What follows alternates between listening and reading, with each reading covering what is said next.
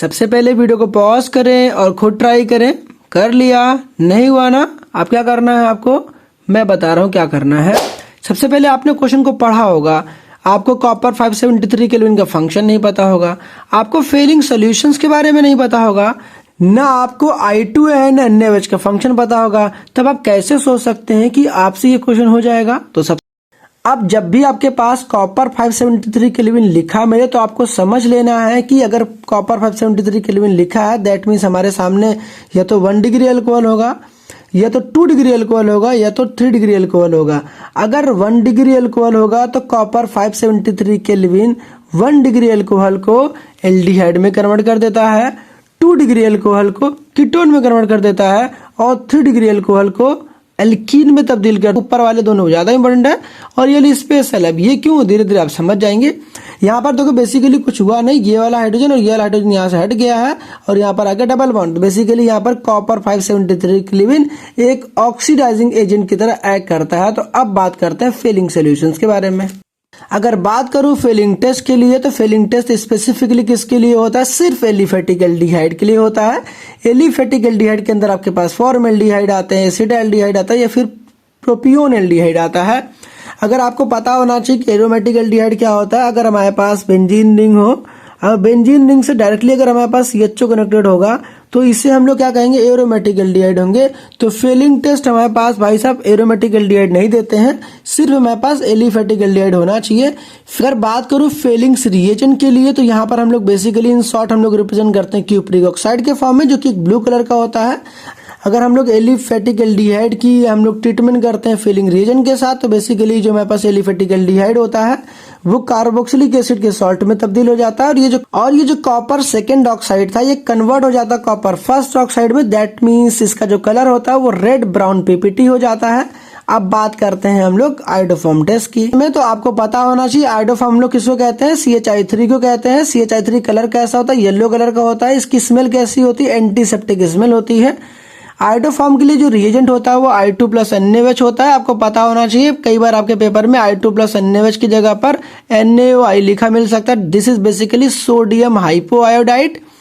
आपको पता होना चाहिए कि आयोडोफॉर्म टेस्ट के लिए या तो हमारे पास सिर्फ एल्डिहाइड होगा, या अल्कोहल में अगर हम बात करें 1 डिग्री अल्कोहल में तो 1 डिग्री अल्कोहल में सिर्फ एथिल अल्कोहल आता है। अगर बात करूं 2 डिग्री अल्कोहल में तो मैंने क्या यहाँ पर लिख रखा है, 2 डिग्री अल्कोहल में कोई भी हो सकता है। जब भी आप किसी कंपाउंड को देखते हैं, अगर आप उसकी IUPAC नेमिंग करते हैं, IUPAC नेमिंग में अगर आपको 2 पर ऑल मिल जाता तो आप समझ जाना कि वो गिवन कंपाउंड क्या होगा, पॉजिटिव आयोडोफॉर्म टेस्ट देगा which have antiseptic smell having yellow PPT। ठीक है। अगर बात करूं कीटोन की तो कैसे आइडेंटिफाई करेंगे, जो भी गिवन कंपाउंड होगा उसकी IUPAC नेमिंग करना। अगर IUPAC नेम में 2 पर O आ जाता है तो समझ जाना कि वो given compound positive iodoform test देगा having antiseptic smell which have yellow PPT। ये जो कंपाउंड्स मैंने यहाँ पर लिख रखे ये मोस्ट रिपीटेड क्वेश्चन थे जो कि आपके बोर्ड्स में यूजुअली भाई साहब यही पूछते हैं। आपके सामने प्रोपेनोन हो सकता है, ब्यूटेन-2-ओन हो सकता है, पेंटेन-2-ओन हो सकता है, या फिर एसिटोफेनोन हो सकता है। कुछ लोग इसी सेम बात को इस तरीके से भी रिप्रेजेंट करते हैं, ऐसे कंपाउंड जिसमें मिथाइल कीटोन ग्रुप हो वो भी पॉजिटिव आयोडोफॉर्म टेस्ट देते हैं। तो इसी सेम बात को बोलने के 2 तरीके, आप चाहे ऐसे बोल ले चाहे ऐसे बोल ले। ये है पर्टिकुलर एग्जाम्पल जो कि आपको प्रैक्टिस डेफिनेटली। यहाँ पर एक स्पेशल नोट की पॉइंट इसको आप लिख लीजिएगा, इसको हम लोग जब और क्वेश्चन करेंगे तो वहां पर डिस्कस करेंगे। फिलहाल के लिए क्वेश्चन की तरफ मूव करते हैं। हमें दे रखा है एक ऑर्गेनिक कंपाउंड A है जिसका मॉलिक्यूलर फॉर्मूला ये है। तो सबसे पहले लिख लो, जो A है उसका मॉलिक्यूलर फॉर्मूला कितना है, C3H8O है। तो आप क्या करना है, क्या रखा है, ट्रीटमेंट इसकी करते विथ कॉपर एट 573 केल्विन। जो भी मेरे पास A दे रखा है इसको हम लोग रिएक्शन कराते हैं विथ कॉपर एट 573 केल्विन। तब क्या होता है, क्या रखा है, गिव्स B, हमें कंपाउंड B मिलता है। ठीक है। कह रखा B does not reduces Fehling solutions. Simple सा कहने का मतलब है जो B है वो क्या करता है, फेलिंग टेस्ट नहीं देता है। ठीक है। कह रखा है बट गिव्स येलो PPT। जो B है वो येलो PPT देता है। येलो PPT देने का मतलब सिंपल सा है भाई साहब, आपको पता चल जाना चाहिए। येलो PPT का साफ मतलब है आयोडोफॉर्म दे रहा है। दैट मीन्स जो B है वो रिएक्शन कर रहा है I2 प्लस NaOH के थ्रू, I2 प्लस NaOH के थ्रू। ये बात समझ में आ गई। कह रखा है कि gives yellow PPT of compound C, compound C की येलो पीपीटी देता है। चलो ठीक है भाई सब कंपाउंड सी भी लिख लेते हैं।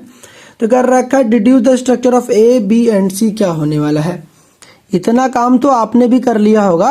अब इसके बाद हमारा नेक्स्ट स्टेप क्या होता है, ए बी एंड सी की स्ट्रक्चर्स को आइडेंटिफाई करना होता है। जैसे ही क्वेश्चन में बोला कि येलो पीपीटी ऑब्टेन हुआ, तो आप येलो पीपीटी को छोड़ो, उसके पहले वाले कंपाउंड पर अटैक करो। आपको पता ना जो बी होगा, ये तो बी हमारे पास क्या होगा, एल्डिहाइड हो सकता है। क्या होगा, ये तो एल्डिहाइड हो सकता है, या फिर क्या होगा, ये बी जो होगा ये तो कीटोन हो सकता है। ये तो बी कीटोन होगा, ये तो बी क्या होगा, यहाँ पर एल्कोहल होगा। क्या होने वाला, एल्कोहल होगा। ठीक है, आप देखो इससे मैंने 3 रास्ते क्यों बनाए, बिकॉज अभी मैंने आपको बताया कि जो आयोडोफॉर्म टेस्ट देता है जो कंपाउंड, या तो एल्डिहाइड होगा, ये तो कीटोन होगा, या तो एल्कोहल होगा। अब इससे मुझे क्या आइडेंटिफाई करना है कि जो ये बी कंपाउंड था, वो कह रखा है क्वेश्चन वाले ने कि जो बी है फेलिंग टेस्ट नहीं देता है। दैट मीन्स फेलिंग कौन से कंपाउंड देते, मैंने क्या बताया था, फेलिंग वे कंपाउंड देते हैं जो कि सिर्फ एलिफेटिक एल्डिहाइड होते हैं। तो इसका मतलब अगर एलिफेटिक एल्डिहाइड होता तो फेलिंग टेस्ट दे देता। दैट मीन्स जो बी है वो एल्डिहाइड भी तो नहीं है। समझ में आया कि बी एल्डिहाइड नहीं है, क्योंकि अगर एल्डिहाइड होता तो फेलिंग टेस्ट मिल जाता पॉजिटिव। क्योंकि क्वेश्चन वाले ने साफ साफ कहा है कि जो बी है वो फेलिंग टेस्ट नहीं देता, और हम जानते हैं अगर बी एक एल्डिहाइड होता तो फेलिंग टेस्ट पॉजिटिव होता है। दैट मीन्स बी तो एल्डिहाइड नहीं है। अब हमारे पास 2 ऑप्शन बचे, ये तो बी जो कीटोन होगा, या तो एल्कोहल होगा। ठीक, अब इसके बाद आप दूसरी इन्फॉर्मेशन कैसे एक्सट्रैक्ट करेंगे। एक पार्ट को तो हम लोगों ने एलिमिनेट कर दिया कि यहाँ पर एल्डिहाइड तो नहीं होने वाला है। अब यहाँ पर आया कि जो कॉपर 573 केल्विन है वो क्या बनाता है, आपको पता होना चाहिए। अभी मैंने आपको बताया कि कॉपर 573 केल्विन या तो एल्डिहाइड बनाता है तो कीटोन बनाता है, एल्कोहल तो बनाता ही नहीं है। इसका मतलब जो ये हमारे पास बी है वो एल्कोहल भी तो नहीं है। क्या है, एल्कोहल भी नहीं है। इसका मतलब जो बी है वो कीटोन है। क्या है, बी है कीटोन है। तो ये समझ में आ कि जो बी बना वो कीटोन है। अब आपको क्या काम करना है कि जो बी कीटोन बना है, तो कीटोन बना है ना, तो इसका मतलब कीटोन किससे बनता है, एल्कोहल से बनता है। तो अभी तो मैंने बताया ना कि भाई देखो जो कीटोन बनता है वो एल्कोहल से बनता है। और 3 कार्बन की एल्कोहल कौन सी होती है, आइसोप्रोपाइल एल्कोहल। दैट मीन्स ये जो ए होगा वो क्या होगा हमारे पास, ए जो होगा वो भाई साहब CH3 CH और यहाँ पर CH3 और यहाँ पर क्या हो जाने वाला OH। बेसिकली ये क्या आइसोप्रोपाइल एल्कोहल होगा। इसी का मॉलिक्यूलर फॉर्मूला देखो भाई साहब ने लिखा 3 कार्बन, 1 2 3 कार्बन हो गए, और यहाँ पर 3 कितने हो गए 6 और 7 8 हाइड्रोजन हो गया और 1 ऑक्सीजन हो गया। बेसिकली ये क्या है, आइसोप्रोपाइल एल्कोहल। अब अगर इसी के ऊपर आप कॉपर 573 केल्विन आप यूज करोगे तो क्या बन जाएगा, यहाँ पर एसीटोन बन जाएगा, CH3 C डबल बॉन्ड और यहाँ पर हो जाएगा एसीटोन। ये बात समझ में है कि जो ए होगा ये होगा, बी यहाँ पर होगा। और येलो पीपीटी क्या होने वाला भाई साहब, येलो पीपीटी के नाम पे भाई साहब कुछ और नहीं होगा, यहाँ पर CHI3 होगा, क्योंकि इसी का तो येलो पीपीटी होता है। बात समझ गए ना। तो ए क्या होने वाला है, ए हमारे पास आइसोप्रोपाइल एल्कोहल होगा, बी हमारे पास एसीटोन होगा, और जो सी होगा वो आयोडोफॉर्म होगा। ठीक है, अब इस क्वेश्चन को आप बहुत ध्यान से पढ़िएगा। यहाँ पर दिया है a ketone which undergoes a haloform reactions and gives compound B। तो कहा गया जो A है, क्या A है वो कीटोन है, और भाई साहब ने कह दिया जो कीटोन है इसका मॉलिक्यूलर फॉर्मूला कितना है, C4 है, H8 है एंड O दे रखा है। और इस भाई साहब ने कह दिया कि जो कीटोन है ये हेलोफॉर्म रिएक्शन भी देता है। क्या देता है, हेलो फॉर्म रिएक्शन देता है। अभी मैंने आपको एक बात क्लियर कर दी है कि अगर ये कीटोन है और हेलोफॉर्म रिएक्शन दे रहा है, दैट मीन्स हाइड्रोफॉर्म भी हो सकता है, क्लोरोफॉर्म हो सकता है। दैट मीन्स इस कंपाउंड में अगर 4 कार्बन दे रखा हो, कीटोन है तो मैंने कहा था अगर 4 कार्बन की कीटोन है तो मैंने क्या कहा था कि कोई कंपाउंड हाइड्रोफॉर्म टेस्ट कैसे देता है कि अगर उस कंपाउंड की IUPAC नेमिंग करो 2 पर O ना जाए।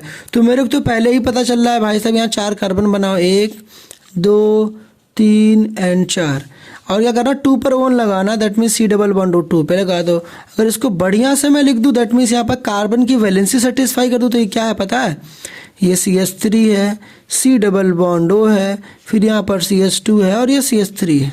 ठीक है, यहाँ पर देखो एक का तो स्ट्रक्चर मुझे पहले ही पता चल गया। देखो यहाँ पर 4 कार्बन है, 1 2 3 4। हाइड्रोजन कितने, 8 हाइड्रोजन है। 3 + 2 कितना हो गया, 5। 5 + 3 कितना हो गया, 8 हाइड्रोजन भी हो गया, 1 ऑक्सीजन भी हो गया। इसका मतलब ये तो मैंने पहले ही निकाल लिया भाई। इसके बोला गया विच अंडरगोज अ हेलोफॉर्म रिएक्शन, जो ए हेलोफॉर्म रिएक्शन दे देता है, ठीक है। कह रखा है and gives compound be on reduction. भाई साहब ये देखो क्या अंग्रेजी लिखी भाई ने।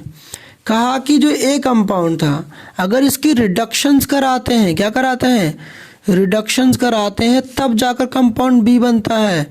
कह रखा है कि जो ए है ऑन रिडक्शंस क्या देता है, कंपाउंड बी देता है। ध्यान से पढ़ो इसको, gives compound be on reduction, तो कंपाउंड बी रिडक्शन पे मिलता है।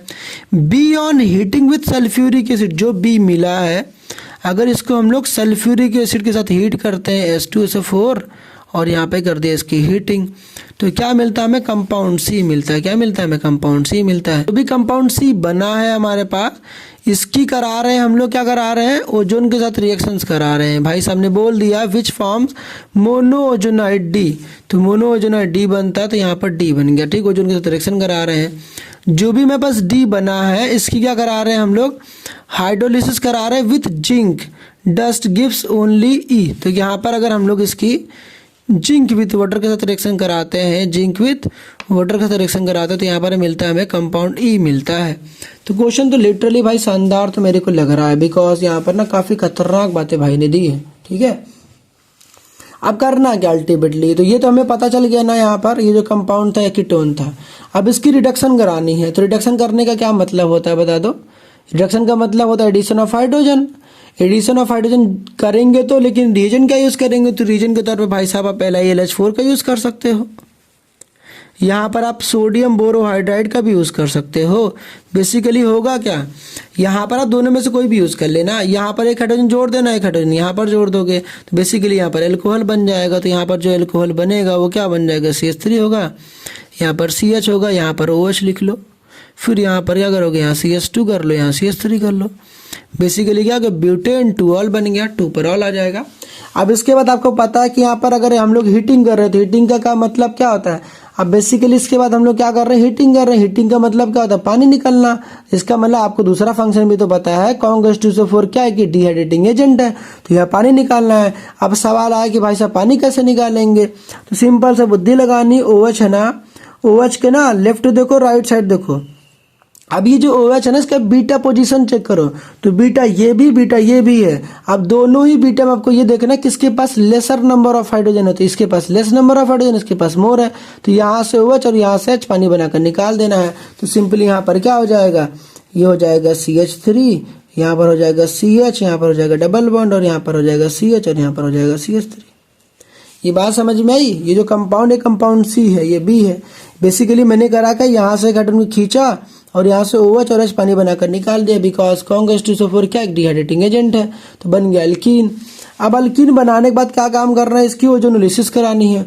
ओजोनोलिसिस भाई साहब वो कुछ नहीं करते हैं, सिंपल सा काम करना होता है। जो भी ओजोन बना है इसकी ना हम लोग क्या करते हैं, घर बनाते हैं। घर कैसे बनाते हैं, इसको मैं यहाँ बना दूँ, थोड़ा स्पेस कम है यहाँ पर, तो मैं यहाँ बना दे रहा हूँ, ठीक है।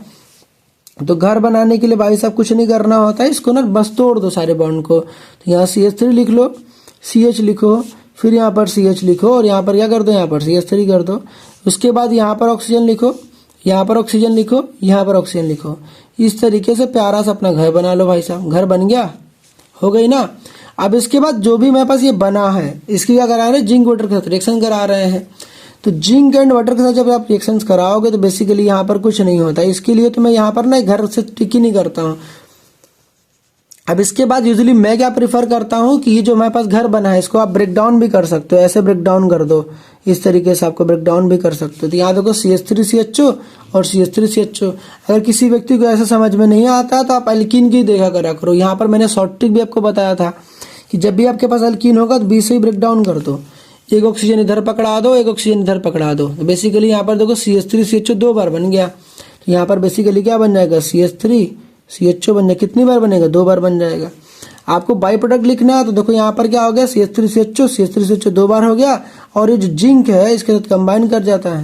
यहाँ पर जो जिंक है ना इस ऑक्सीजन के साथ क्या कर रहता है, कंबाइन कर लेता है। यहाँ बेसिकली बन जाता है ZNO बन जाता है, ठीक है।